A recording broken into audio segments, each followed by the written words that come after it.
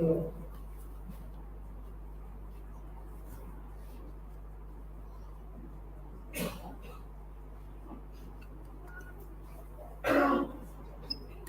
राष्ट्र की गौरव आज इनकी वजह से हम सारे लोग यहाँ सुरक्षित बैठे हुए हैं। ऐसे लेफ्टिनेंट कर्नल जो आज के समारोह की अध्यक्षता कर रहे हैं और उनसे भी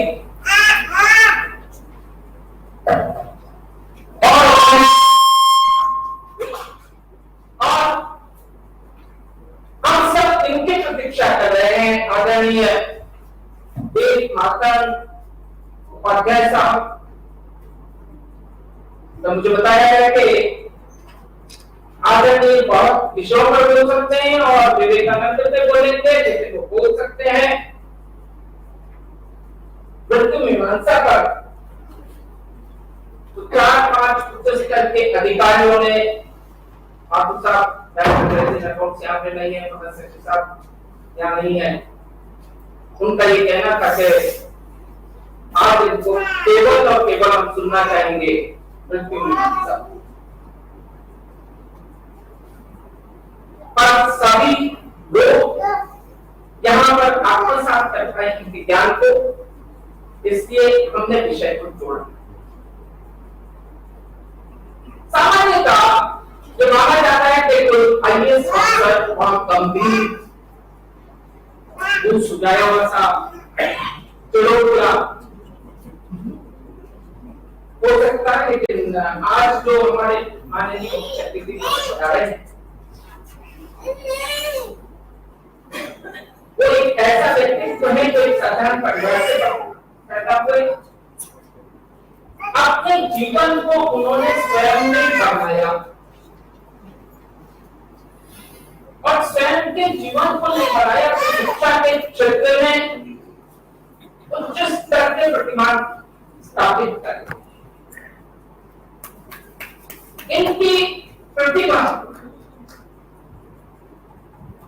कहते हैं कि ज्ञान स्वयं प्रकाशमान होता है, मैं कहूंगा कि इनकी प्रतिभा स्वयं प्रकाशमान होती है।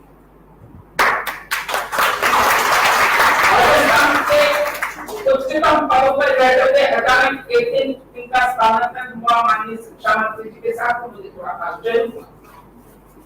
एक शासन करने वाला आदमी एक शिक्षा मंत्री के साथ एक सहायक के रूप में कैसे काम करेगा।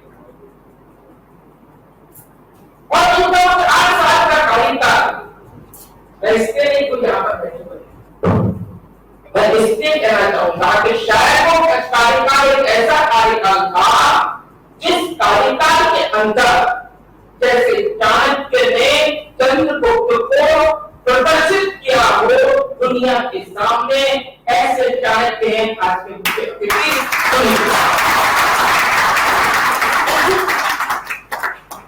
कभी कभी की बात होती है तब आप विनम्रतापूर्वक ये बात यहाँ पर निवेदन कर रहा हूँ और कोई इसे अन्यथा नहीं ले। और इस बात को बोलने के पहले नहीं बता दूं कि मैं एक पक्का बेटा हूं। मैं ट्रेनिंग में जब पढ़ाता हूँ मैं आईएएस को इन सर्विस फोर्सेस वालों को,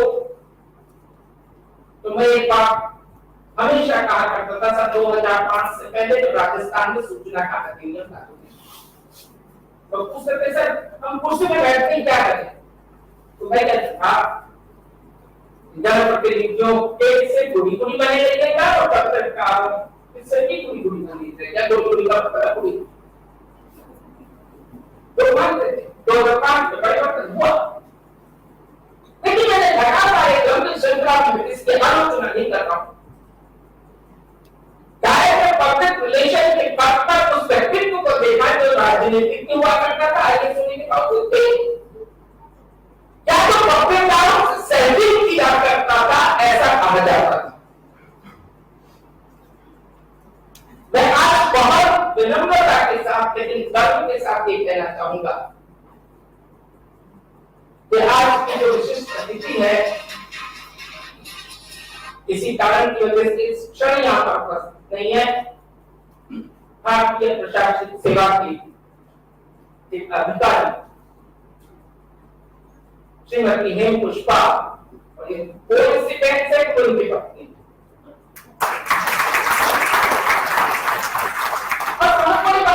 पत्तियों के बाद मैंने काफी तेज आवाज में दोनों को बोल सी, और मैंने तो एडिशनल डायरेक्टर बहुत ही रही था, मुझे लगता था कि किसी ने किसी अफसर को डांटती है,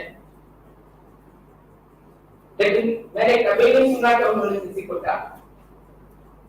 तो इस बात के लिए जमा करके कमिश्नर पब्लिक रिलेशन सामान्यतया वो बनता है जो पत्रकारों के बीच में और मंत्रियों के बीच में, सरकार के बीच में सामंजस्य बैठा सके। जो सामंजस्य बैठता है वो कई बार कहीं न कहीं किसी न किसी तरीके से अपने आप को एडजस्ट करता है। लेकिन आज एक विचित्र बात है, और विचित्र बात यह है कि आज जिन पत्रकारों का सम्मान हो रहा है और जिन कमिश्नर साहब का सम्मान हो रहा है, उनमें से एक के बाबा भी ये नहीं कहा जा सकता है यहाँ चूंकि अंदाजा है। यहाँ मेरे को दादा जिन्होंने मुझे इस बात की शिक्षा दी थी, सत्यम प्रिया अप्रियम न बुरिया, इसलिए मैं कह रहा हूं कि आज जितने पत्रकार यहाँ पर बैठे हुए हैं और कमिश्नर साहब यहाँ पर बैठे हुए, वो व्यक्तित्व हैं जिनके बाबत कभी नहीं कहा जा सकता कि ये कोई एडजस्टमेंट कर। अन्य भूल गए होंगे, लेकिन मुझे आज भी वो क्षण याद है। कैसी ओटीएस में डिप्टी डायरेक्टर हुआ करता था, पोस्ट डायरेक्टर था आरएसपीएच का। मेरे ससुर साहब के बाबा जिन्होंने तो खबर छापी, और खबर छापने के बाद उसका नाम लिखा और आगे ब्रैकेट लगाया जिसमें लिखा, मैं आपका बहुत सम्मान करता हूं, क्षमा प्रार्थी हूं। ये विनम्रता आज के पत्रकारों में निश्चित रूप से शायद कहीं कमी है, लेकिन ऐसे पत्रकार जो यहाँ पर बैठे हुए हैं, ऐसे कमिश्नर साहब इनके जज से कभी कैबिनेट कराते हैं। क्षमा की जगह मैंने बहुत आईएएस के साथ काम किया, क्षमा की जगह मैंने बहुत आईएएस को करीब थी। साहब आईएएस अफसर ये कहते थे, अरे आप नहीं समझते क्या कैबिनेट मीटिंग में हम करते हैं। तो बहुत अच्छी तरह जानता था कि कैबिनेट मीटिंग के बाद में प्रेस कॉन्फ्रेंस होगी, प्रेस कॉन्फ्रेंस के बाद में सरकार की तरफ से एक नोट जारी होता है, मीटिंग में हुआ है, वो आधिकारिक नोट होता है जिसकी आलोचना प्रत्यालोचना की जाती है। लेकिन कोई आदमी अपनी जबान का पकड़ना कैसे हो सकता है, आज मैंने सीखा। सब काम निपटा करके आप यहाँ पर पधारे हैं, मैं बहुत खुशी से और इस वजह और स्वागत की मैंने निवेदन करके कुछ इस क्षण नहीं है हमारी विशिष्ट अतिथि पुष्पा जी ट्रेनिंग में आई, तब से मैं उनको अपनी बहन मानता हूं, उससे मेरे आवाज है स्वघोषित किया जाता है, इसलिए मैंने स्वघोषित वर्षों पहले कर रखा है, उनका बात का भी मैं स्वागत करता हूँ। आप सभी लोगों का विशेष रूप से आज तो हमें यहाँ पर खड़े होकर के सुखदेव जी की तरह ज्ञान देंगे, ज्ञानवंत जी की तरह अपने विद्वत्ता का परिचय देंगे, आचार्य की तरह बिना भेदभाव के यहाँ पर अपनी बात को रखेंगे ताकि हम उस बात को साफ कर सके, भारतीय संस्कृति की उचित सीमा को हम पा सके। इसी कामना के साथ मैं अपना स्थान ग्रहण करता हूं।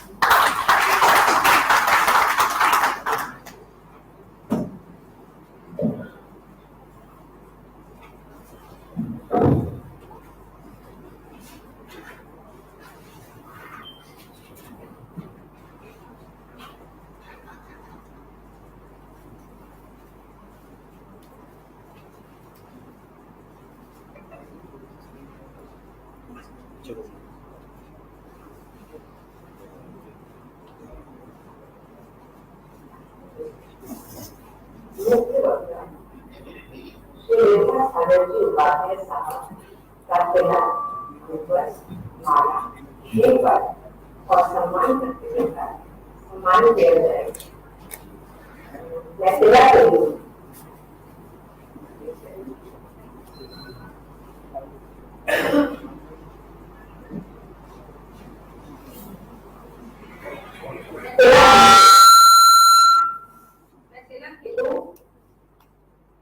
मंजू जी को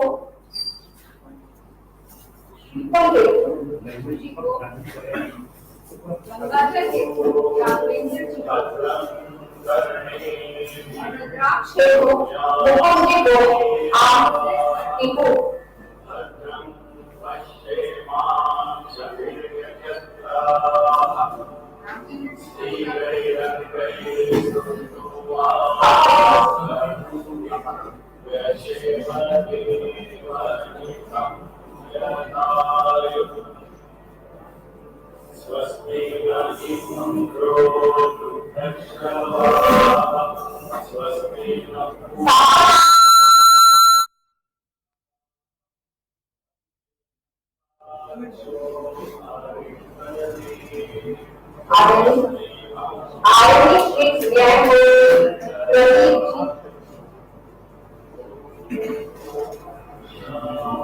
लेफ्टिनेंट जनरल दिलीप सिंह जी साहब का स्वागत करने के लिए मैं मिठू जी को राष्ट्रीय सिंह साहब को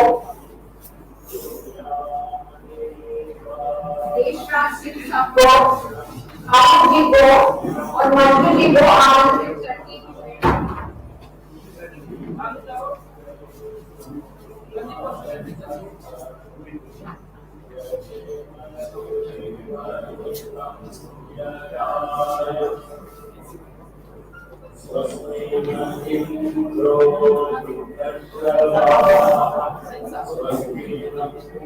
मैं श्री अंशुमन जी से हार्दिक निवेदन करती हूँ कि वे विद्या साहब को होली के हनुमान जी का प्रसाद प्रदान करें एवं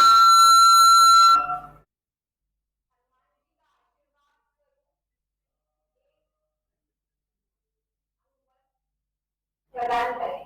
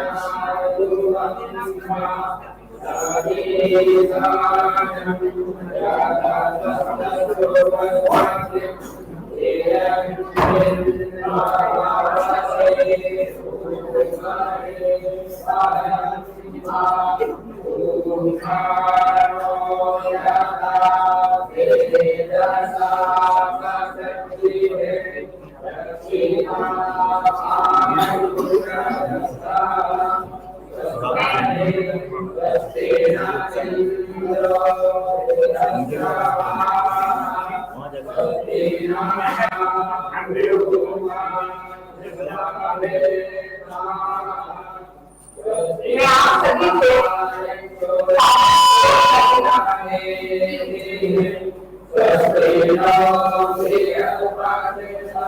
तालियों के साथ श्री माइकल जी विस्तृति डॉक्टर विद्यासागर उपाध्याय साहब जो अभी हमें उनके ज्ञान से अभिभूत करेंगे, उनका मैं स्वागत करती हूँ और आप सब लोगों से आशा करती हूँ कि आप आगे के व्यवहार के साथ उनका स्वागत करेंगे। विद्या वाचस्पति डॉक्टर श्री विद्यासागर जी उपाध्याय पधार रहे हैं। हम सभी उनका तालियों से स्वागत करें।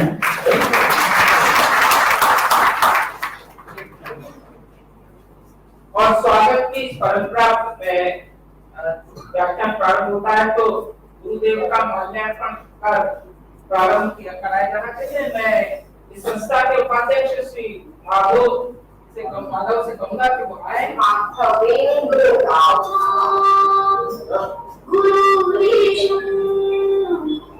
गुरुदेवो महेश्वरा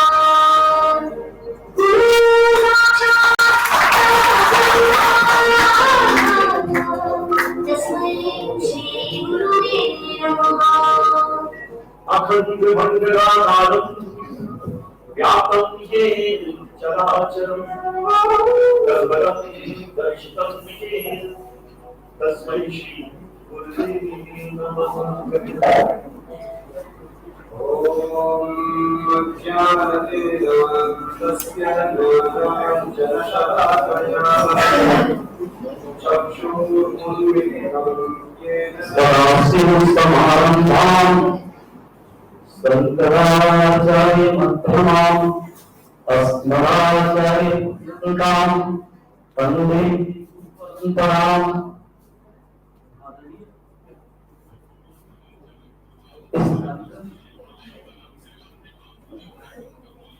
की अध्यक्षता कर रहे अध्यक्ष जी, परमादरणीय मुख्य अतिथि महोदय, इस सभा कक्ष में विराजमान अन्य विशिष्ट अतिथिगण, प्रशासनिक सेवा से जुड़े हुए अधिकारीगण, आज पंडित गोपीनाथ व्यास स्मृति माला के अवसर पर मुख्य वक्ता के रूप में मैं आप लोगों के बीच उपस्थित हूँ। आदरणीय राव शिवराज पाल जी साहब द्वारा मुझे आमंत्रित किया गया। मैं सबका चेहरा पढ़ रहा हूँ, मुझे लग रहा है मेरे सामने 24 कैरेट शुद्ध श्रोता बैठे हुए हैं। कौन हम रहे थे आपके? अभी रास्ते में हम बात कर रहे थे शास्त्रार्थ। आपने सुना होगा जनक एक ऐसे पात्र हैं जो रामायण में भी मिलते हैं और महाभारत में भी मिलते हैं। उसी तरीके से व्यास एक व्यक्ति का नाम नहीं है, एक परंपरा है। हमारे यहाँ उत्तर प्रदेश में, विशेष रूप से पूर्वी उत्तर प्रदेश में, संयोग से ऐसे महान विभूतियां यहाँ बैठे, आदरणीय जनरल साहब बैठे हैं। देश का कोई कोना छूटा नहीं होगा और विदेशों में भी आपने सेवाएं दी हैं। पूर्वी उत्तर प्रदेश में जो गीत वगैरह लोग गाते हैं, उन्हें भी लोग बड़े आदर और सम्मान के साथ कहते हैं ऐसे करके। परंपरा चाहिए, मौन किसी व्यक्ति विशेष का नाम नहीं रहा, मौन परंपरा रही है।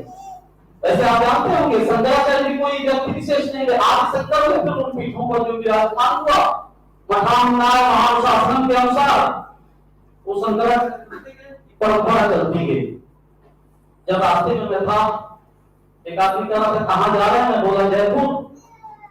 उन्होंने कहा कि जयपुर से कुछ इससे पहले मैं आया हूँ भागपुर में, महाराजा सूरजमल ब्रिज विश्वविद्यालय में बहुत 4 साल पहले व्याख्यान दिया था। तो वो इसलिए तुमको पहली बार आया हूं। तो उस आदमी ने कहा कि आप जयपुर जा रहे हैं, इससे थोड़ा और आगे बढ़ेंगे तो अनाज नहीं होता, आप क्या क्या होगा? मैंने बोला मेरे यहाँ तो होता है, गेहूं होता है। तो उसने कहा बंगाल में चावल ज्यादा होता है, पंजाब में गेहूं ज्यादा होता है, लेकिन राजस्थान में फसल कोई बहुत अच्छी नहीं होती। और मैंने उसको जवाब दिया, रास्ते में हमारे दो शिष्य बैठे हैं, मैंने कहा कि देखो मैं जानता हूं, भले जयपुर पहली बार जा रहा हूं, राजस्थान में अनाज हो या ना हो, गेहूं या चावल हो ना हो, लेकिन इस संसार में परम पराक्रमी वीर और सूरमा यदि कहीं हुए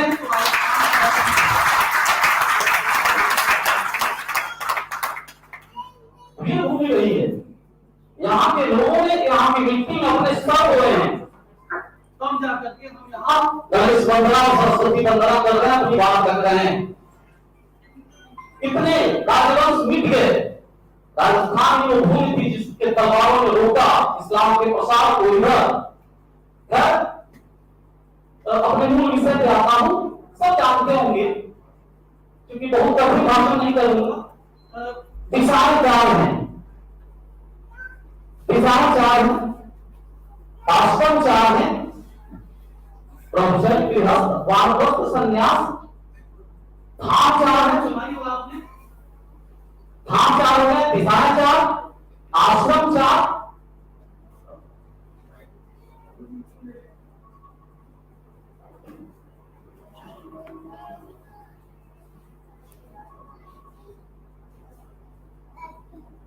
सर इस माइक से बोलना चाहे तो हाँ मोबाइल पर वो हटा दो सर, वायरलेस वाला बंद ही कर देना।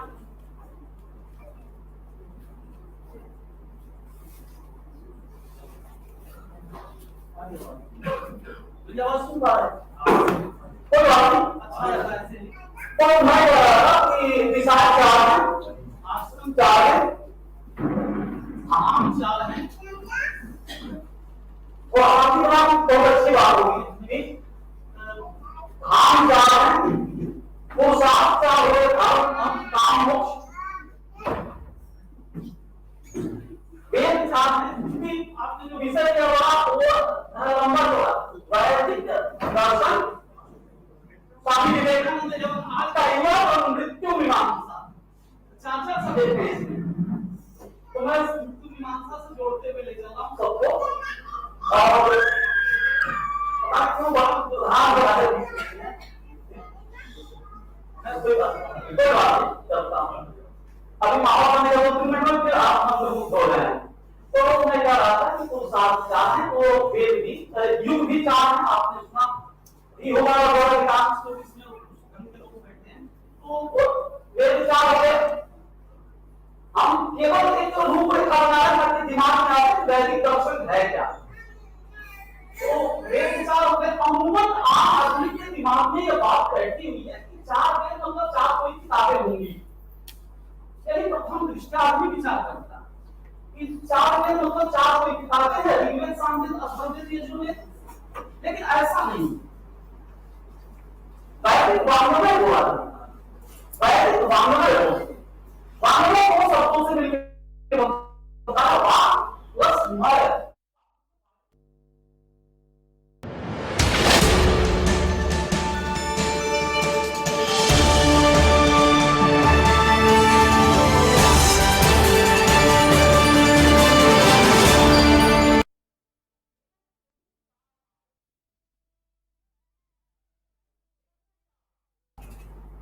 वेद का पहला भाग कहलाता है संहिता, दूसरा भाग कहलाता है ब्राह्मण। बहुत सारे ब्राह्मण ग्रंथ आपने पढ़े होंगे, विशेष रूप से सोशियोलॉजी वाले लोग पढ़ते होंगे, सब ब्राह्मण वाले एक बार आता है जब भारतीय समाज व्यवस्था के बारे में हम पढ़ाई करते हैं। तो वेद का पहला भाग संहिता जो मंत्र भाग है, वेद का दूसरा भाग कहलाता है ब्राह्मण, बहुत सारे ब्राह्मण ग्रंथ हैं। वेद का तीसरा भाग कहलाता है आर्य, और वेद का चौथा भाग कहलाता है उपनिषद। चूंकि वेद का चौथा भाग उपनिषद है, वेद का अंतिम भाग उपनिषद है, वेद का अंतिम भाग उपनिषद है, वेद का अंतिम भाग उपनिषद है, इसलिए उपनिषद को ही वेदांत कहा जाता है। वेद का अंतिम भाग है, इसलिए उपनिषद को हम कहते हैं वेदांत। एक बात भाई, अपने जमाने में तो जो शिक्षक व्यवस्था थे, डॉक्टर सर्वपल्ली राधाकृष्णन ने जो भारतीय दर्शन पे काम किया, उनकी बहुत फेमस पुस्तक है हिंदू ब्रीड ऑफ लाइफ। उसमें लिखते हैं वेदांत क्या है? Final phase of human thought, मनुष्य के सोच का अंतिम चरण है, इसके बाद मनुष्य सोच ही नहीं सकता। वेद शब्द वेद धातु से बना है। धातु का मतलब क्रिया का मूल रूप, वर्ग का मूल रूप। जैसे रन आपने लिखा हुआ क्रिया हो गई, प्रेजेंट इंडेफिनिट टेंस में आर यू कैन एस लिख दिया, कहीं R U double N I N G running, लेकिन मूल शब्द रन है। तो उसी तरीके से वेद विद मूल शब्द से बना है। विद का मतलब होता है जानना या ज्ञान। राधाकृष्ण जी ने final phase of human thought, ज्ञान का भी अंतिम चरण है, इसके आगे ज्ञान हो ही नहीं सकता। वेदांत ज्ञान का अंतिम चरण है, फाइनल फेज है, इसके बाद मनुष्य जाति भविष्य में सोच ही नहीं सकती। अंतिम प्रश्न, ऐसा दुनिया का सबसे बड़ा प्रश्न क्या है? मीमांसा को लेकर चल रहा हूं साथ में, इसलिए कि दुनिया का सबसे बड़ा प्रश्न है मैं कौन हूं। इससे सवाल कोई नहीं है स्थापित पर। ये पढ़ी कोई तो पहले आपकी थी, लेकिन अब मेरी है। जितने कैल्शियम है इस शरीर में, वो कैल्शियम में मिल जाएगा। जो आयरन के कारण, वो आयरन में मिल जाएगा। फास्फोरस उसमें मिल जाएगा। जो आप से लिए है सारा कर गया, वो आपको देना ही देना है। आप एक कम ले जाने की हैसियत नहीं रखते। जब ब्रह्मांड को देखते हैं तो पता चलता है पृथ्वी की हैसियत कुछ नहीं है। और उस पृथ्वी पर राजस्थान के जयपुर के एक सभागार कक्ष में बैठ कर हम लोग बहुत लंबी लंबी बात कर लेते हैं। जीवन क्या है? गंगोत्री और गंगा सागर। गंगोत्री से गंगा निकलती है और गंगा सागर में मिल जाती है। मैंने पूछा एक बड़े संत से, मृत्यु के बाद क्या होता है? बहुत पहले मृत्यु के बाद क्या होता है? बहुत उच्च कोटि के संत थे, उन्होंने कहा कि यही है। मैंने पूछा मृत्यु के बाद होता क्या है? वो कहा कि यही होता है। फिर मैंने पूछा मैं पता हूं, तो आप कहना क्या चाहते हैं? तो उन्होंने कहा मृत्यु के बाद ही तो तुम यहाँ खड़े होकर बात सुनते रहे हो। मृत्यु को नए जीवन की शुरुआत है। मृत्यु हुई है, मृत्यु प्रवेश द्वार है इस संसार का।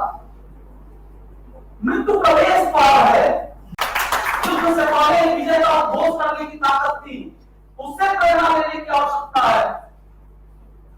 और जब लगा युद्ध भूमि में कि हार जाएंगे हम, तो जिस नौजवान ने कसम खाया था कि मैं कभी हथियार नहीं उठाऊंगा, उस नौजवान ने कसम को तोड़ करके शस्त्र उठाया। ऐसा भी युवाओं को बनना पड़ेगा, उससे प्रेरणा लेनी पड़ेगी। स्वामी विवेकानंद जी से प्रेरणा लेनी पड़ेगी कि सात समुद्र पार जाकर के भारतीय राष्ट्रवाद का ऐसा ढांचा बनाया जाए कि पूरी दुनिया उसके धमक को आज तक महसूस कर रही है। जो पश्चिम से ईसाइयत का तूफान खड़ा हुआ था उस जमाने में, आप किसी किताब में पढ़िएगा, स्वामी विवेकानंद जी के बॉक्स से टकरा के वापस चला गया। ये हमारे प्रेरक होने चाहिए। नौजवान कैसा होना चाहिए? जहां भक्त इसके नाम से आपका जहां भक्त गिनता है सिंह सावर के दंतावलियां, अभिराम का कुंतलम सुने होंगे। जहां भक्त गिनता है सिंह सावर के दंतावलियां। अच्छा, वैदिक दर्शन की बात कर रहे थे। जब एक सुंदर आता है भारत में, सफेद नंबर आता है, वेदों के प्रति बहुत ज्यादा निष्ठा नहीं रही, लेकिन उपनिषद को लेकर जिसको मैंने वेदांत बताया, आपको नाचने लगे थे विदेशी। तारासी कौन है? अधिकांश लोग जानते होंगे। और तारासी कौन है?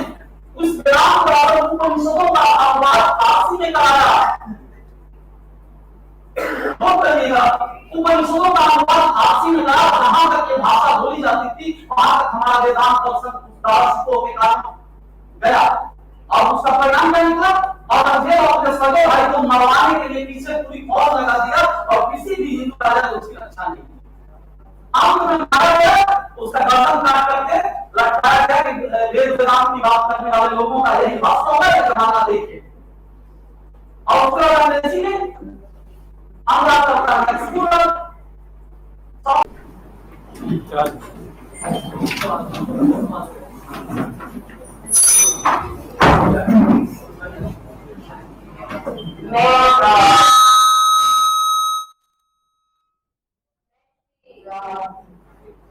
सिंह साहब यहाँ बताना चाहूंगी और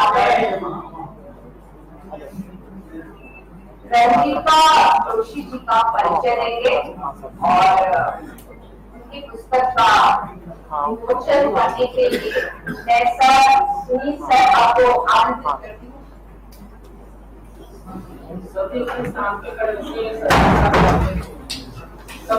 परिचय तो मैं तो निवेदन करूंगा कि रंजीता जी खुद अपना परिचय और इनके नाम पर इनके पिताश्री तुलसीदास गोस्वामी के जिनके नाम पर इन्होंने अपनी पुस्तक का नाम रखा है तुलसी चौड़े से। देखिए नाम देखिएगा तुलसी चौड़े से। तो आप देखिएगा व्यास जी भी के बारे में बोलेंगे और फिर रंजीता जी। रंजीता जी साहित्यकार है और भावुक बिटिया है और बिटिया शब्द का प्रयोग मैं इसलिए कर रहा हूँ, बिटिया ऐसी भी हो सबसे प्यारी हो और बिटिया जहां बैठती है वहां पर कोयल की तरह चिड़िया की तरह चहचहाती रहती है, सबको प्रसन्नता प्रदान करती है।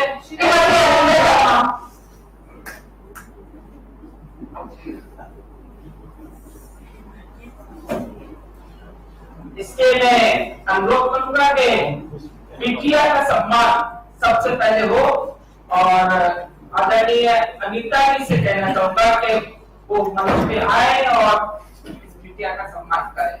आदरणीय अनीता जी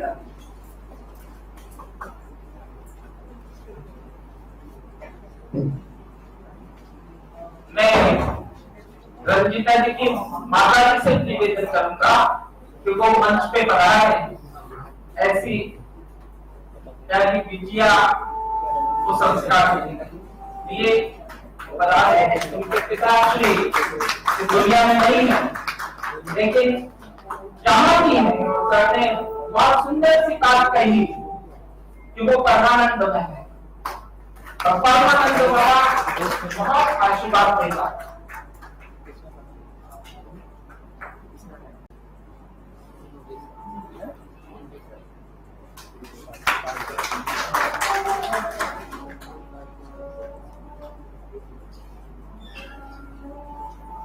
मेरा नाम वैसे रंजीता जोशी है और मैंने अपने नाम के साथ तुलसी लगाया है इसलिए नहीं लगाया कि मुझे की जो साहित्य समाज से मैंने अपने पिता का नाम लगाया है क्योंकि मेरे भी सौभाग्य है तो उनका नाम तुलसीदास है और साथ में गोस्वामी भी है तो बहुत सौभाग्य की बात है कि एक साहित्यकार भी है और पिता का नाम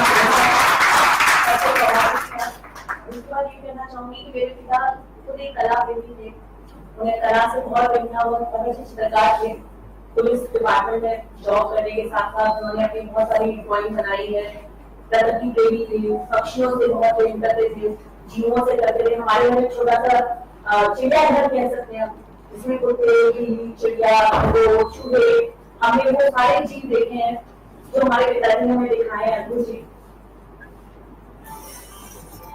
और मेरे लिए बड़े सम्मान की बात है कि मैंने उनका नाम लिया है। मैं उनसे बिल्कुल नहीं एक अच्छा नहीं हूँ, हम तो देखिए अपने पिता की बराबरी नहीं कर सकते लेकिन हम उनके अंश में जरूर है और वो अंश में इसलिए होते हैं कि हम कुछ ऐसा करें जो उनका गौरव बढ़ा सके सिर्फ। तो मैं उनका नाम आगे तक ले जाऊँ कि मेरी कोशिश है, प्रयास है और इसीलिए मैंने अपने नाम के आगे तुलसी लगाया था। और इसके लिए मैं खुद एक लाइन बोलना चाहूंगी, तुलसी से जली हूँ, तुलसी मेरा पहचान है, तुलसी से जली हूँ, तुलसी मेरी पहचान है, तुलसी मेरा मान, गौरव और मेरा अभिमान।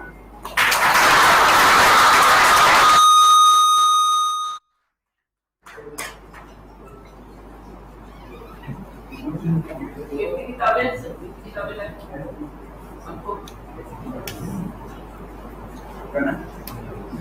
आप किताब का विमोचन करें, हम अवार्ड गए।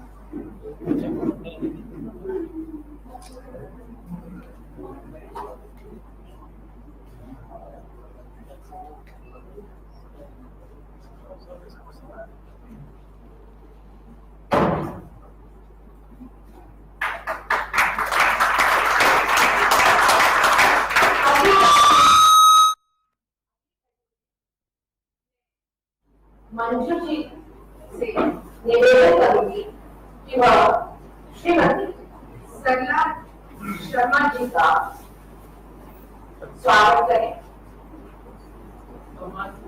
सम्मान करें और उनके विषय में हम सबको बताएं, क्योंकि वो हमारी बुआजी है। मैं बहुत गर्व है उनके ऊपर, क्योंकि वो दिशा की पुत्री है।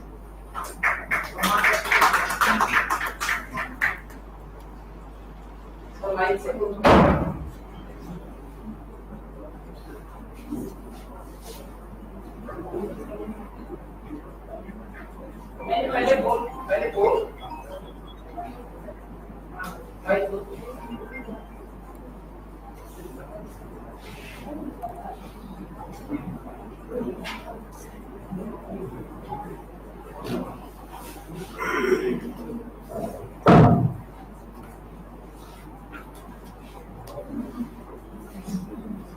आज मैं सभी अतिथि का सबको प्रणाम करती हूँ और आज मेरे प्रिय दादाजी गोपीनाथ व्यास, जिनका हम सभी उनको साहब कहते थे, पता नहीं कब ईसा कहने लग गए। उनका व्यक्तित्व एक सूरज के समान था, जो कि सभी को समान रूप से चमकता दिखाई देता था। हम चाहे उनकी कोई भी व्यक्ति हो, बेटा हो या कोई भी छात्र, शिक्षक या कोई भी सदस्य हो, वो सबको समान रूप से देखते थे। कभी उन्होंने किसी के साथ भेदभाव नहीं किया। यदि कोई गलती भी हो जाती थी तो वो हमेशा प्यार से और दुलार से, स्पष्ट रूप से उन्हें समझाते थे और बताते थे कि किस तरह से ये सही है या गलत है। जब सुबह वो उठते थे तो पाठ पूजा करना रात के 11:30 बजे तक वो पूजा पाठ में रहते थे और सुबह 3 बजे उठकर अपना नित्य कर्म करके वो सुबह 4 बजे फिक्स टाइम पे अपने मेरे प्रिय भाई गोविंद देव जी व्यास जो उन्हें उठाते थे और सर पर हाथ फैलाते हुए कहते थे कि बेटा उठ देव पढ़ ले, और उठाकर उन्हें सामने बैठाकर अपने पाठ पूजा के साथ उन्हें पढ़ाते थे।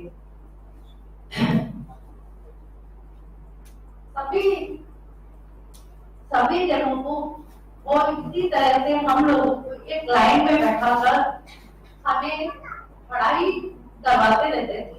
हमारे जो उनकी सुपुत्री यानी मेरे दादाजी की सुपुत्री श्रीमती सरला देवी शर्मा, जो कि कोटा में विपिन बिहारी जी से उनकी शादी हुई थी और उन्होंने अपने जीवन के अंदर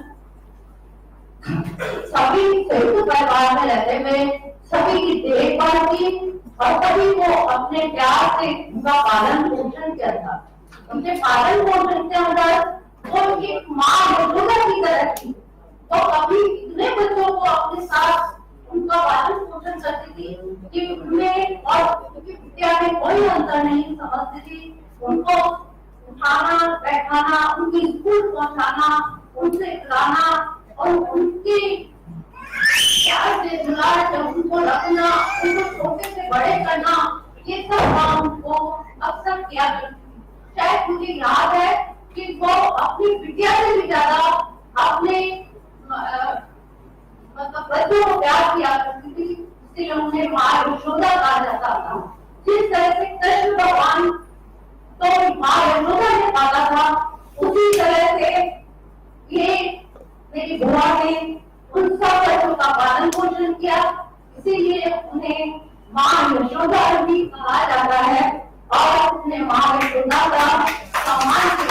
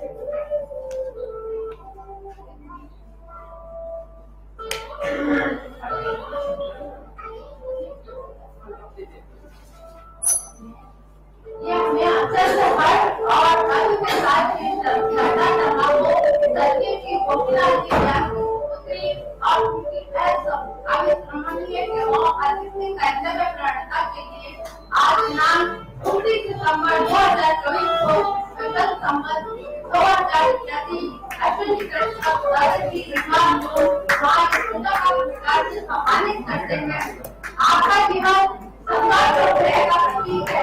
अपने बालिका से शिक्षक के छुट्टी होने के नाते अपने प्रिय पक्ष में शिक्षा के साथ सेवा और भोजन की व्यवस्था का उत्पादन करवाना। विवाह के पश्चात छोटा एक परिवार में पूरी बनते हुए अपने जीवन को समर्पित करके आपके जीवन में कई घटनाएं परंतु आपने कभी हार न मानी। घटना की गंभीर रूप से समझने के बाद भी आपने समर्पण और सेवा का मार्ग नहीं छोड़ा। परिवार में बच्चों का परवरिश व शिक्षा स्वास्थ्य हर छोटी बड़ी आवश्यकता को ध्यान में रखते हुए आपने बिना किसी भेदभाव अपने मातृत्व का उदाहरण प्रस्तुत किया है। आपका यह जीवन और स्वास्थ्य हर सदस्य की सेवा में बताया गया जीवन हमारे समाज के लिए प्रेरणा का स्रोत है। कोटा के प्रतिष्ठित राजवैद्य की प्यारी लालजी शर्मा जिसके परिवार ने जिम्मेदारी को जिस सच्चा से निभाया वह हमारी और से इस सम्मान का अभिनंदन करते हुए ईश्वर से प्रार्थना करते हैं कि सदैव स्वस्थ रहे, कर्मशील रहे, आप सभी अपना प्राप्त करते रहे। छोटे प्रार्थना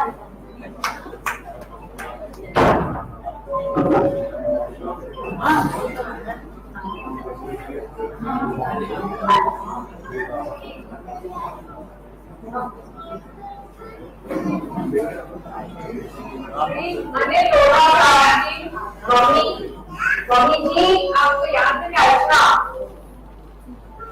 आपकी बेटी की टीचर का हम सम्मान करते हैं।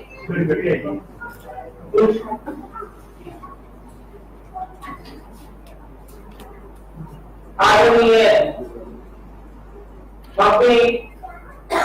मेरे ख्याल में कम से कम 700-800 की मछली होगी।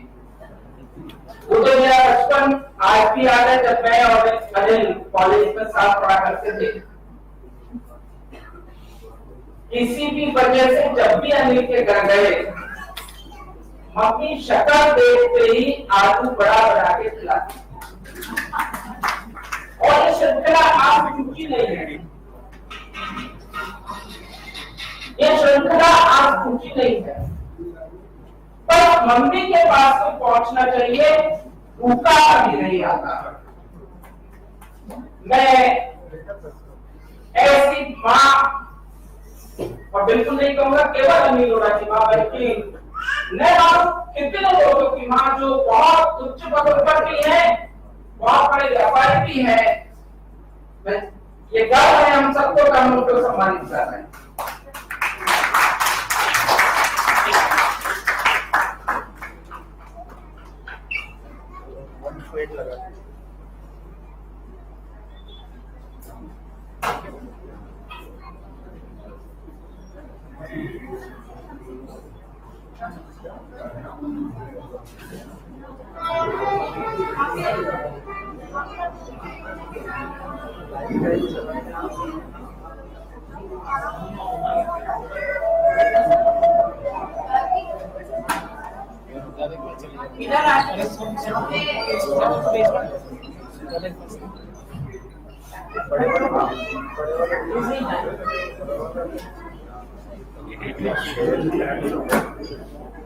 मैं आप लोगों से निवेदन करती हूँ कि आप कृपया ध्यान दें। मैं सादर आमंत्रित करती हूँ पंडित चंद्र मोहन जी दादी साहब का सम्मान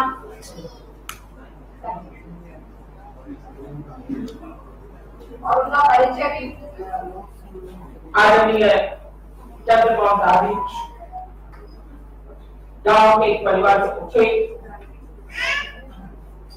विद्या प्राप्ति के बाद इन्होंने चुना कि समाज में सब कुछ हो सकता है, लेकिन कर्म कांड और ज्योतिष एक ऐसी चीज है जिसको हर व्यक्ति अपने परिवार में किसी भी समारोह, किसी भी कार्यक्रम, किसी और समय जैसा निवेदन करा, किसी भी संस्कार में उसका उपयोग नहीं है, अपितु उसकी आवश्यकता है। मैं आज इस प्रदेश के एक उप मुख्यमंत्री को याद करना चाहूंगा, बाबा साहब एक कार्य करते थे, जब ब्राह्मण होकर के क्यों मुक्ति मांगते हो, ऐसे बनो के लोग आपका पैर छुए और यहाँ बैठे हुए हैं। हम सब लोग आप जैसे विद्वान के सामने स्वतः नतमस्तक हो जाते हैं। ऐसे आदरणीय राजीव साहब के सम्मान हेतु मैं सबसे निवेदन करूंगा कि वो पधारें।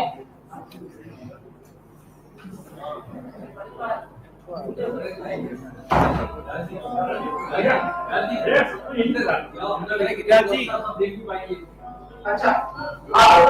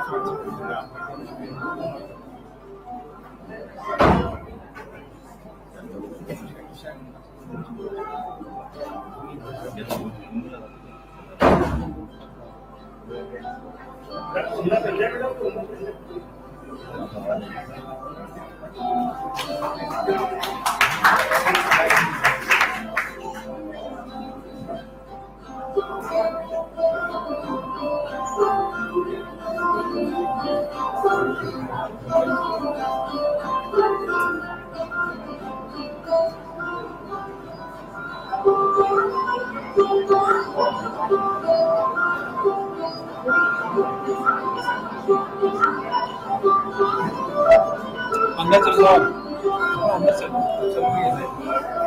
चलो ये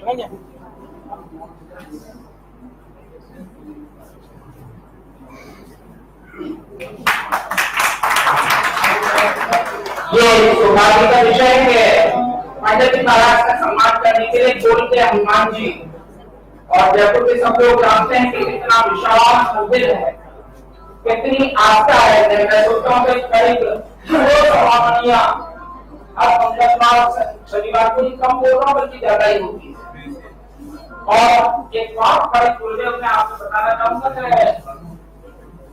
जयपुर में परंपरा और ये बड़े अधिकारियों बड़े निगमों से लेकर के नीचे तक के लोग हैं कि अपने पुत्र का जन्मदिन, पुत्री का जन्मदिन, गुहान की वर्षगांठ लोग बोल के हनुमान जी जाकर के सवामणि के माध्यम से उनका आशीर्वाद देकर के उसको मनाते हैं। इसी परंपरा के श्रृंखला में ये बहुत गर्व का विषय है कि आज चाचा नहीं रहे, मैंने सबने देखा एक छोटा सा मंदिर, आज कम से कम 100 धर्मशालाएं आसपास बनाई। निश्चित रूप से राजस्थान सरकार की यशस्वी मुख्यमंत्री किसी भी सरकार के रहे हों, उन्होंने वहां पर लगातार निर्माण कार्य किया। आज जयपुर का पहला रोप वे वहां पर बना हुआ है और लोग श्रद्धा के साथ जाते हैं। ये मैं सोचता हूँ बहुत बड़े सौभाग्य का विषय है। चाचा इस दुनिया में नहीं रहे चौबे जी महाराज, लेकिन चौबे जी महाराज की प्रेरणा से आज उनके सुपुत्र जिनका सम्मान कर रहे हैं, उनका आशीर्वाद देने के लिए, उनका दुपट्टा लेकर के और उनका प्रसाद लेकर के हनुमान जी महाराज का यहाँ पधारे हैं, ये हम सबके लिए सौभाग्य का विषय है।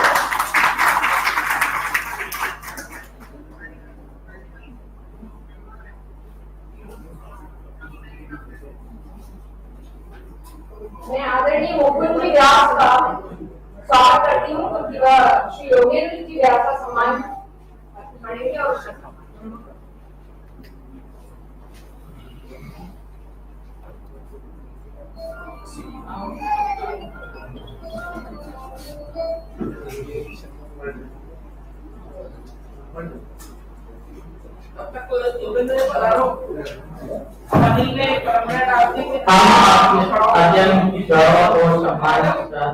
श्री योगेंद्र को पत्रकारिता के उनके व्यक्तिगत सेवाओं और योगदान के आपने महिला पोषण बुद्धि प्रति जागरूकता मीडिया से लेकर मीडिया तक की यात्रा सफलतापूर्वक तय की है। संघर्ष आपने पत्रिका के विशेष में विशिष्टता बनाया है। जन टीवी के समाचार संपादक के रूप में आपने केवल संपादकीय जिम्मेदारियों का कुशलता से निर्वहन किया, बल्कि जन जागृति और समाज की समस्याओं को प्रभावी ढंग से उठाया। जनता अधिकारियों और जनता के बीच संवाद स्थापित कर संवाद के माध्यम से समस्या का निर्धारण एवं उसका निदान निकालकर आपने राजस्थान विकास महत्वपूर्ण किए।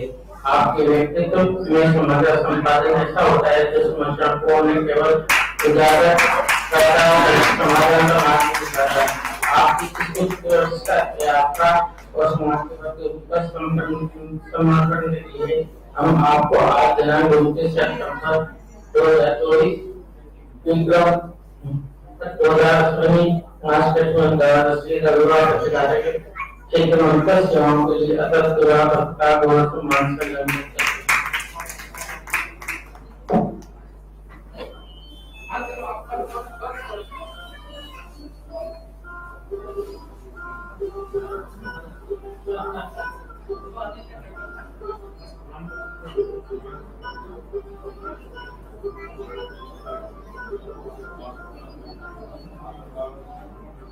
कार्यक्रम की कड़ी को आगे बढ़ाते हैं।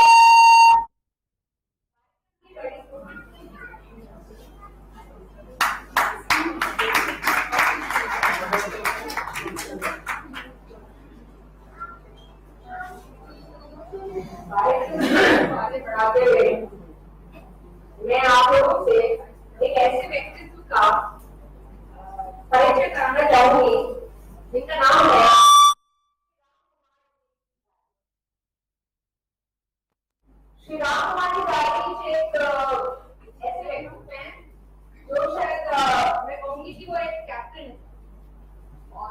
शिक्षाविद हैं और बहुत बड़े हमारे परिवार के जेठ जी भी हैं और बहुत ही आदरणीय व्यक्ति हैं हमारे लिए, और उनका सम्मान श्री शैलेश दादी जी सर।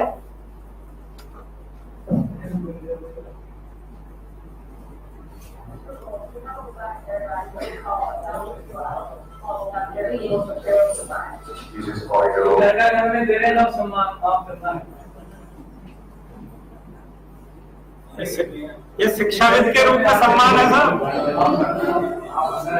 सम्मानित तो नहीं लेकिन दे रहे हैं। ये शिक्षाविद के रूप में सम्मान है सर।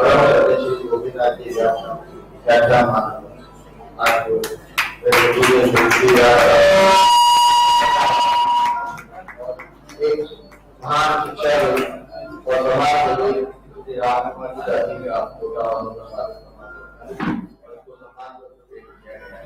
ये ऐसी विभूति है जो समस्त बंधु और मित्रजनों की एकता से सुदृढ़ मानने के लंबे समय से कार्य कर रहे हैं। एक साधारण परिवार से पीपल पिता और पुत्र है और साधारण परिवार से निकलकर राघवेंद्र जी अपने छोटे भाई को लेकर श्री राम मोहन होगा है और अपने भाग्य को आजमाने के लिए उस जमाने में कोचिंग की स्थापना कोचिंग का उनको कोई समस्या नहीं। आप दोनों भाइयों ने 27 कॉलेजों के साथ साथ आयुर्वेद नर्सिंग और इंजीनियरिंग सभी कॉलेजों की स्थापना करी और समाज सेवाओं को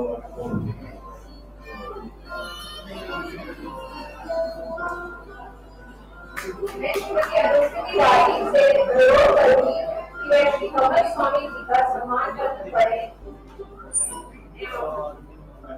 सभी माननीय अतिथियों से अनुरोध करूंगी कि सम्मान करें।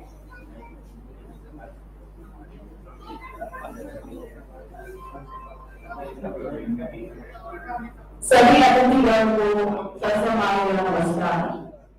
परिवार पाकिस्तान से स्थापित होता है और फोटोग्राफी और अन्य साधनों के द्वारा अजमेर शहर जो राजस्थान है उसमें अपनी पहचान बनाता है।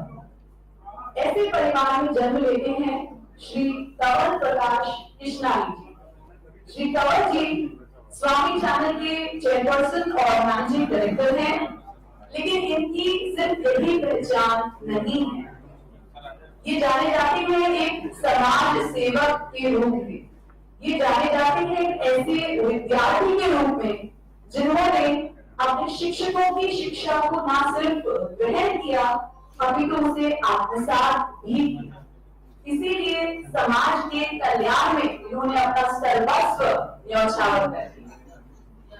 चाहे क्षेत्र शिक्षा का हो, चाहे खेलकूद का, बात राष्ट्र की एकता और अखंडता की हो या धर्म की, इनका योगदान सर्वस्व अग्रणी रहा। इसीलिए यहाँ वे अपने सेवा भाव के लिए जहाँ जहाँ गए वहाँ वहाँ उन्होंने सम्मान दिखाया। श्री गोपीनाथ जी व्यास, जिनकी याद में या कहें जिनके सम्मान में आज हम सब लोग यहाँ एकत्रित हुए हैं, उन्हें मैंने कभी देखा तो नहीं, परंतु अपनी मां समान सास से उनके बारे में बहुत सुना। बताती है कि मेरे दादाजी प्रथाध्यापक थे और गुरुकुल परंपरा के तहत उन्होंने विभिन्न विद्यार्थियों को उनके जीवन में ज्ञान के प्रज्वलित किया। ये ज्ञान जाति, पार्टी और समाज से ऊपर था। इसी प्रकार श्री कंवर जी की समाज सेवा भी कुछ इसी प्रकार है। वह जात और समाज इस सभी वर्गों को समान तोड़ने में तोड़ती। ये वह है, ये इनकी सेवा कुछ इस प्रकार से है जैसा कि एक बेटा अपनी बहन को हाथ दिलाता हो, या इस प्रकार से है जैसे कि एक बेटा अपने पूर्वजों का श्राद्ध निकालता। ऐसे बहुमुखी प्रतिभा के धनी श्री कंवर जी का सम्मान पत्र आज मुझे पढ़ने का सुअवसर मिला। धन्यवाद।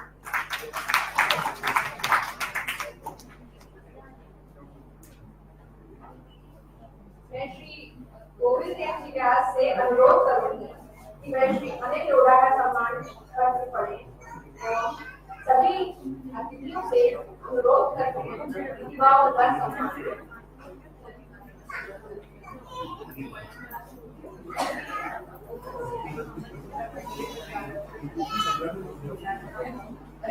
श्री अनिल लोढ़ा के परिचय की जयपुर के लोगों को ने बल्कि राजस्थान के लोगों को, लेकिन इनके बाबत मैं जो कुछ भी बोल रहा हूँ केवल एक वजह से कुछ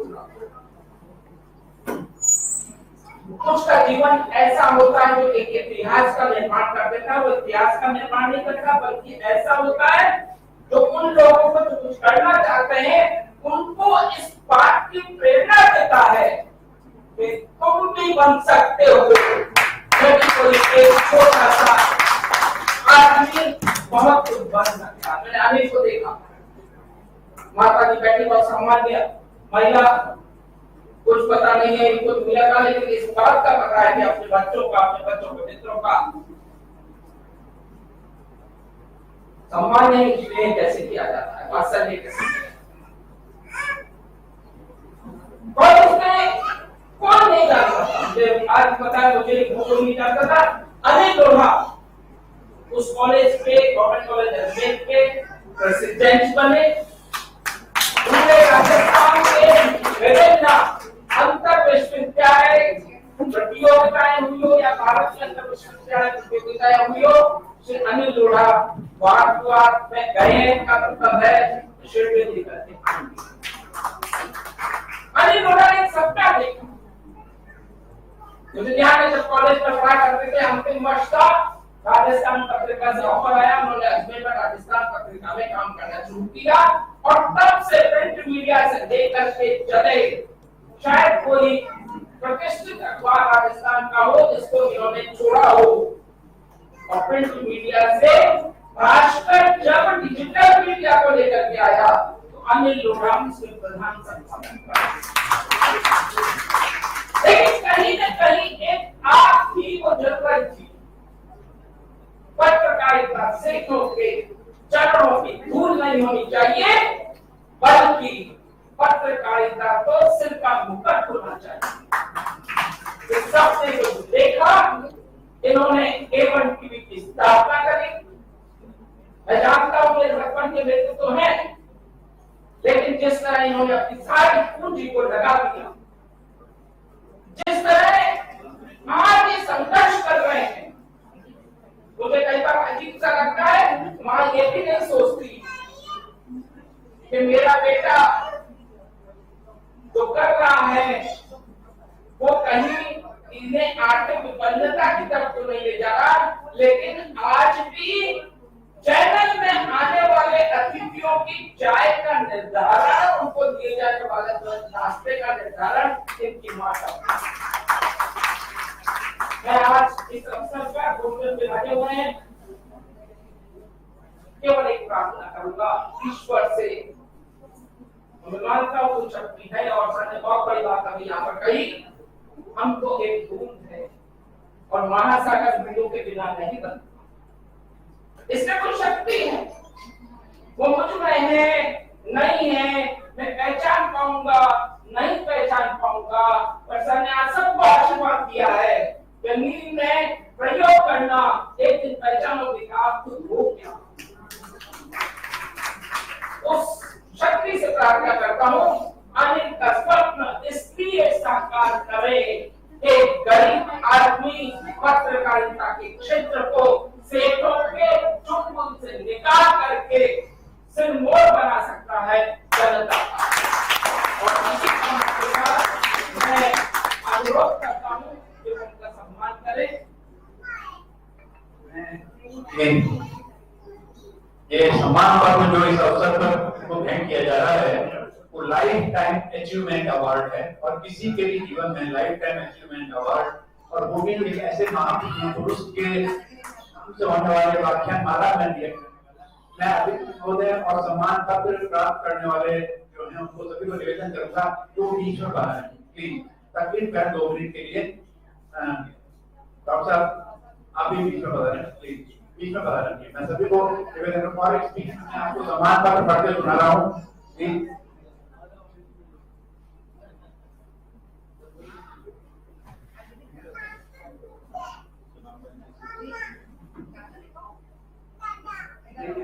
सम्मान पात्र पढ़ाया जाएगा, उसके बाद सम्मान होगा। हम अत्यंत गर्व और सम्मान के साथ सम्मानित होगा अध्यक्ष डॉक्टर प्रबंध निदेशक A1 टीवी को पत्रकारिता के क्षेत्र में उनकी अमूल्य सेवाओं के लिए लाइफ टाइम अचीवमेंट अवार्ड से सम्मानित करते हैं। आपने पूरा जीवन पत्रकारिता के उत्तम आदर्शों को समर्पित किया है। राजस्थान पत्रिका, नवज्योति, नवभारत टाइम्स, दैनिक भास्कर, भास्कर टीवी और कई अन्य प्रतिष्ठित संस्थानों में आपकी अग्रणी भूमिका ने स्वतंत्र और निष्पक्ष पत्रकारिता की मिसाल कायम की है।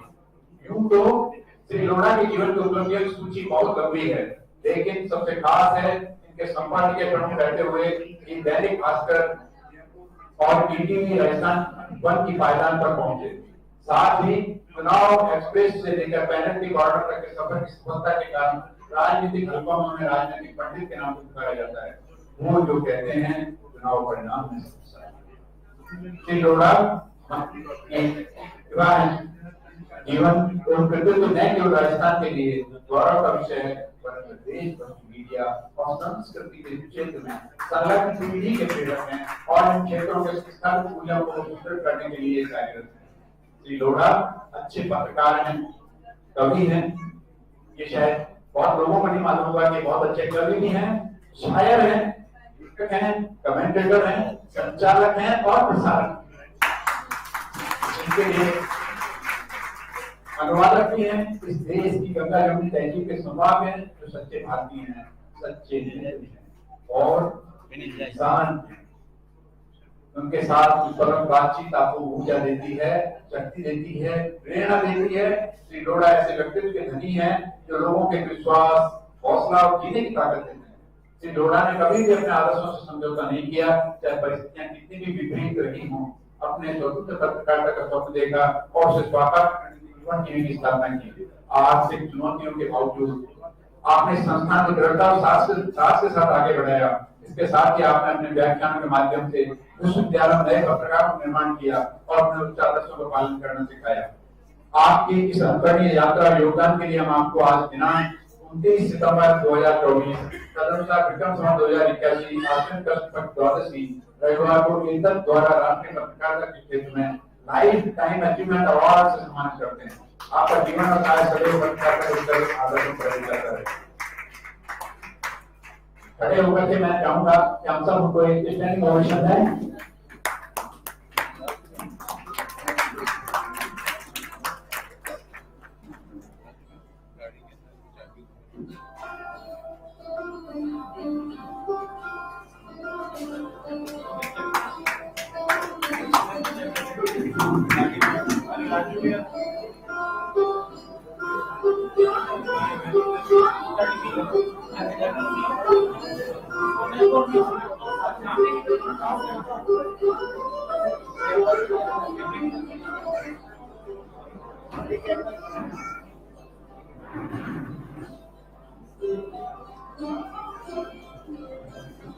लाइफ टाइम अचीवमेंट अवार्ड कम से कम 25 वर्षों की सेवा के लिए दिया जाता है और आपकी तो पत्रकारिता के क्षेत्र में 40 वर्षों से अधिक की अनवरत सेवा है, हम उसको नमन करते हैं।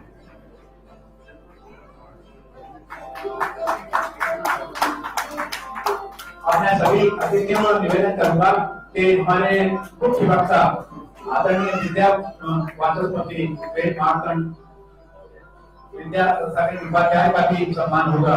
उनके लिए मैं श्री व्यास जी को कहूंगा, गोविंद व्यास जी को, तो उनका सम्मान करते पड़े। कई बार शब्द मौन हो जाते हैं, जब विचार लगातार आने लगते हैं और आदमी अपने आप से काम करने लगता है। आदरणीय डॉक्टर विद्यासागर जी उपाध्याय का ये व्याख्यान देखा था कि सिवाय छोटे बच्चे को छोड़ करके कोई बोल नहीं रहा था, टक लगा करके देख रहे थे। और मुझे ये लग रहा था जब आप उनकी मीमांसा कर रहे थे और ये कहने लगे कि वो आत्मा जो अजर अमर है, मृत्यु के दौरान अवतार देकर के इस पृथ्वी पर आती है। शायद एक छोटा सा बच्चा संवाद कर रहा था गुरुदेव से, और ये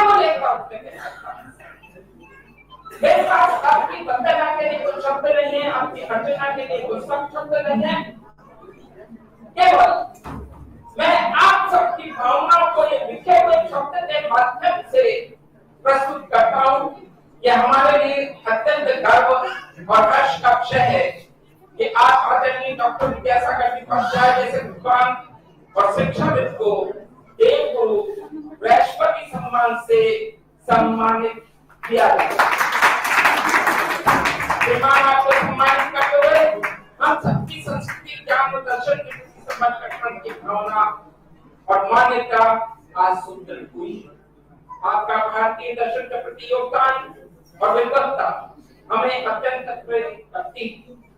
आपने मीमांसा, मानव बंधन, दर्शन, हिंदू अवधारणा और ब्राह्मण जैसे गहन विषयों पर अपनी अमूल्य कृतियों और व्याख्यानों से भारत प्रदेश में शिक्षा के स्तर को ऊंचा किया। विद्या और प्राचीन शास्त्रों में आपके योगदान ने आपको विविध महत्वपूर्ण सम्मानों से अलंकृत किया। हम सभी आपकी विद्वत्ता, समाज सेवा, निस्वार्थता और योगदान की सराहना करते हुए आपको नमन करते हैं। आपका ये व्याख्यान हमारे विचारों, मान्यताओं और विश्वासों को समृद्धि प्रदान करेगा और हमारी सांस्कृतिक धरोहर को एक नई दिशा देगा। ईश्वर से हमारी प्रार्थना है कि आपको यशोवृत्ति और ज्ञान का प्रभाव सदैव करता रहे, ताकि संपूर्ण विश्व भारतीय संस्कृति और गौरव से परिचित होता रहे। आपके उज्ज्वल भविष्य के लिए हमारी हार्दिक शुभकामनाएं सादर। और एक बात और कि श्रीमान को हाथ से गोबर से बना हुआ भगवान राधा कृष्ण का चित्र अर्पित किया जा रहा है।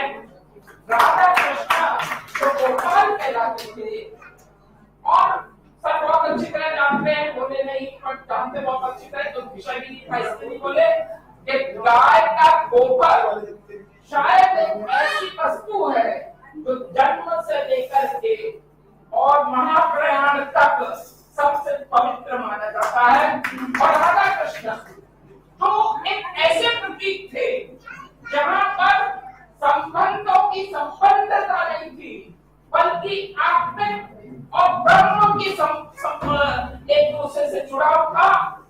ऐसे राधा कृष्ण अपने मूल्य बजाते हुए आज हम सब की ओर से आदरणीय गुरुदेव के हाथों में समर्पित किए जा रहे हैं। सबसे पहले मैं कमिश्नर साहब से निवेदन करता सम्मान करते थे आज के समारोह का स्मृति चिन्ह आपको भेंट करें और सच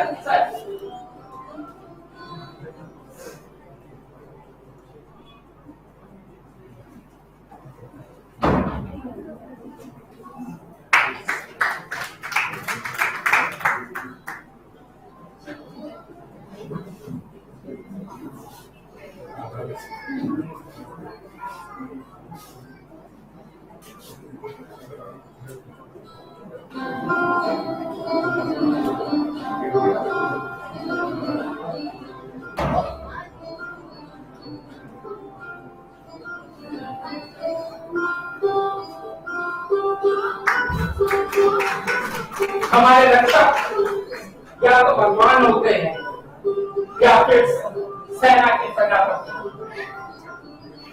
इस देश की सेना के सेनापति देश के राष्ट्रपति हैं, लेकिन एग्जीक्यूटिव रूप से, कार्यकारी रूप से यदि सेना के कोई सेनापति तो आप जैसे आपका सम्मान करते हुए बहुत गर्व का अनुभव करते हैं।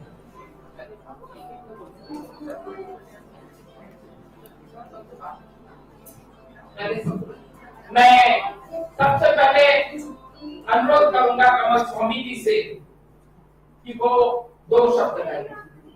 वो लंबा नहीं होगा ये कार्यक्रम, सिर्फ 2 शब्द, 4 शब्द, 6 शब्द जो आप कहना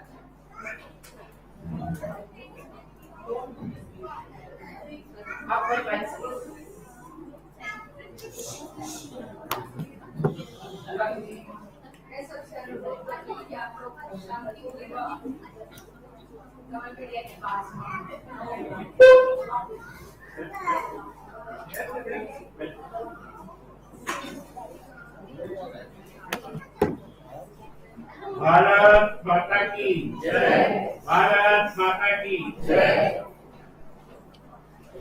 मेरे लिए अपने जीवन का आज ऐसा भाग्य का दिन है कि संत महात्मा भी मंच पर विराजमान है, प्रशासनिक अधिकारी भी यहाँ पर उपस्थित है, मेरे बड़े भाई गोविंद जी व्यास भी यहाँ उपस्थित है, पूरा परिवार उपस्थित है।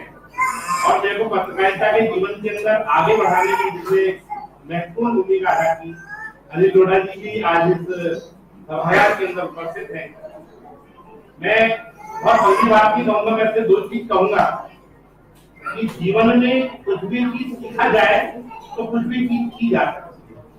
मैं फोटोग्राफर के घर में जरूर जन्म लिया, व्यापार की दृष्टि से व्यापार किया, पत्रकारिता सिखाई तो पत्रकारिता की, और सेवा के अंदर देखो स्वामी इंदिराराम जी के चरणों में काम करने का मौका मिला। स्वामी जी एक चीज कहा करते थे कि बूढ़ा बच्चा और बीमार है परमेश्वर की याद, करो भावना से सेवा इनकी, पाओगे लोक परलोक में कपार। मानवता की सेवा के लिए जो जीवन में सोचा उसका करने का मौका मिला। मेरी उम्र अभी 57 साल है, मैंने अपना व्यापार और अपने बेटे को समझा दिया है। जैसा गुरु जी ने बोला कि जीवन में खुद को पहले पहचाने कि मैं कौन हूँ, और वो आप गुरु जी जो चीज कहते थे, स्वामी जी वो चीज कहते थे कि स्वयं को पहचानना है तो मानव की सेवा करोगे तो अपने आप को स्वयं पहचानना है, न कि अहंकार में बाहर निकलकर। यदि आपके अहंकार है तो आप कुछ नहीं कर सकते, यदि आपके दिल में नम्रता है तो आपको सब चीज पाई जा सकती है।